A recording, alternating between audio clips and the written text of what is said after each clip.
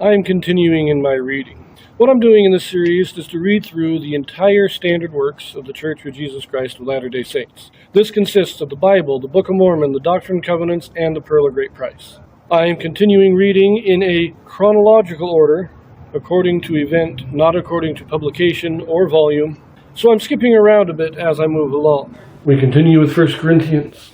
We are in the section of this epistle in which Paul is addressing questions that the Corinthian saints had asked in a letter they had sent to him. Now, the first part was just addressing issues that had come to his attention, a contrast between men's philosophy and God's learning, don't associate with fornicators, those things. Now, it's answering questions. The first question was the relationship between marriage and the ministry, and then he talked about his own conduct and those kind of things. So we now pick it up in chapter 11. In this video, we have a Joseph Smith translation. Now, what the Joseph Smith translation is, this is a translation or correction done by Joseph Smith to restore those passages that have been lost or corrupted over the years. 1 Corinthians chapter 11. Be ye followers of me, even as I also am of Christ. Now I praise you, brethren, that ye remember me in all things, and keep the ordinances as I delivered them to you. But I would have you know that the head of every man is Christ, and the head of the woman is the man, and the head of Christ is God. Every man praying or prophesying, having his head covered, dishonoureth his head. But every woman that prayeth or prophesieth with her head uncovered, dishonoureth her head. For that is even all one, as if she were shaven. For if the woman be not covered, let her also be shorn. But if it be a shame for a woman to be shorn or shaven, let her be covered. For a man indeed ought not to cover his head, forasmuch as he is the image and glory of God. But the woman is the glory of the man. For the man is not of the woman, but the woman of the man. Neither was the man created for the woman, but the woman for the man. For this cause ought the woman to have power on her head because of the angels. Nevertheless, neither is the man without the woman, neither the woman without the man in the Lord. For as the woman is of the man, even so is the man also by the woman, but all things of God. Judge in yourselves, is it comely that a woman pray unto God uncovered? Doth not even nature itself teach you, that if a man have long hair, it is a shame unto him? But if a woman have long hair, it is a glory to her, for her hair is given her for a covering. In this first section, we're talking about some habits of personal grooming. And we get this, now Paul is talking largely about customs of the day. Women don't pray without having their heads covered. This is very much in line with the law of Moses. Of course, in the law of Moses, men were supposed to have their heads covered as well. But I like that statement that he says, nature tells us that for a man to have long hair, it is a shame to him. And for a woman to have long hair, it is a glory to her. A lot of people in modern day get mad at this, but I think it is true. Men with long hair just don't look as good. And women with short hair don't look as good. It doesn't look natural. I have to agree with Paul. But the general purpose of this whole section is to say that there are certain standards of grooming for men and standards for women. They're not the same. A woman should not look like a man, and a man should not look like a woman. But when you are in prayer, when you are in worship, you should be well groomed according to who you are. So it's actually a fairly simple message, but it's kind of confused in the not understanding of Middle Eastern culture of 2,000 years ago. But again, Paul's statement that it is a natural thing for men to have short hair and women to have long hair. The natural state, or the most naturally beautiful state for both men and women, is for men to have short hair and women to have long hair. And now we pick it up again in verse 16.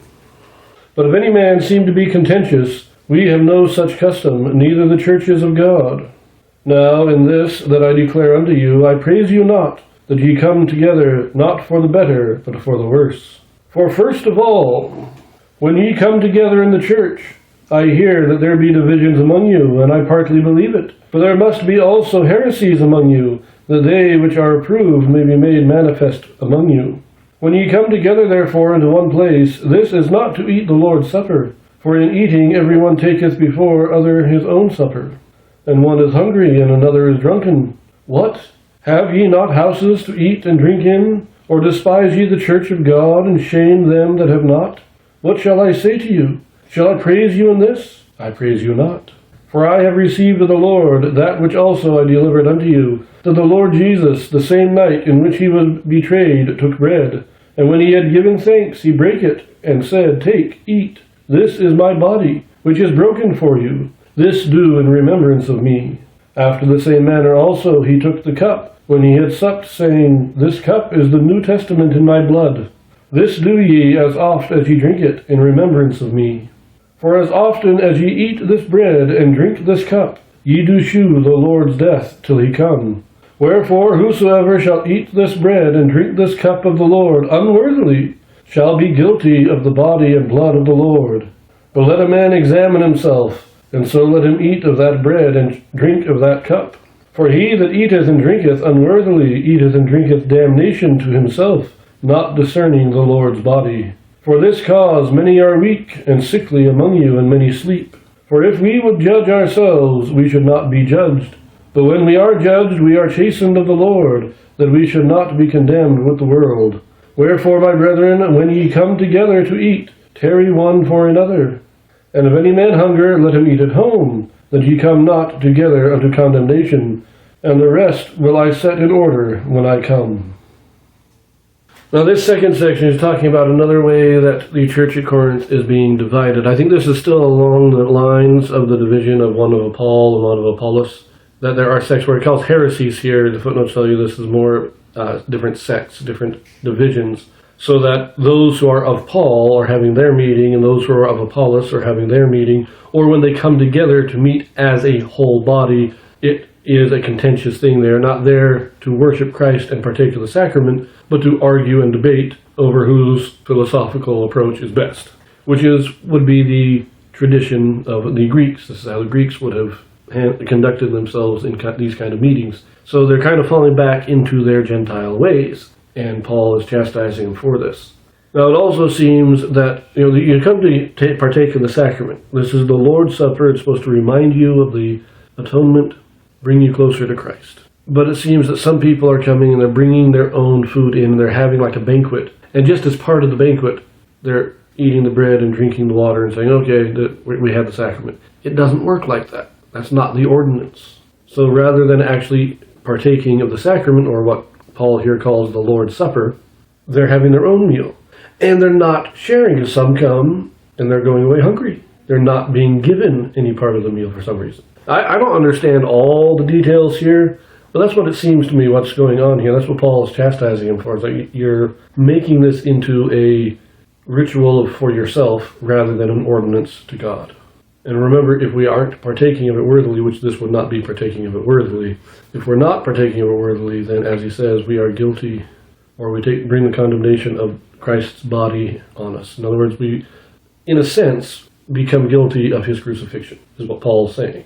That's what to partake of the sacrament unworthily, to knowingly partake of it unworthily, is in essence to be guilty of crucifying Christ.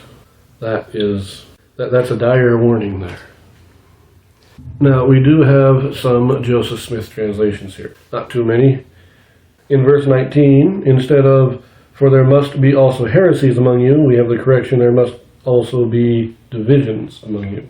Then in verse 20, it now reads, "When ye come together into one place, is it not to eat the Lord's Supper?"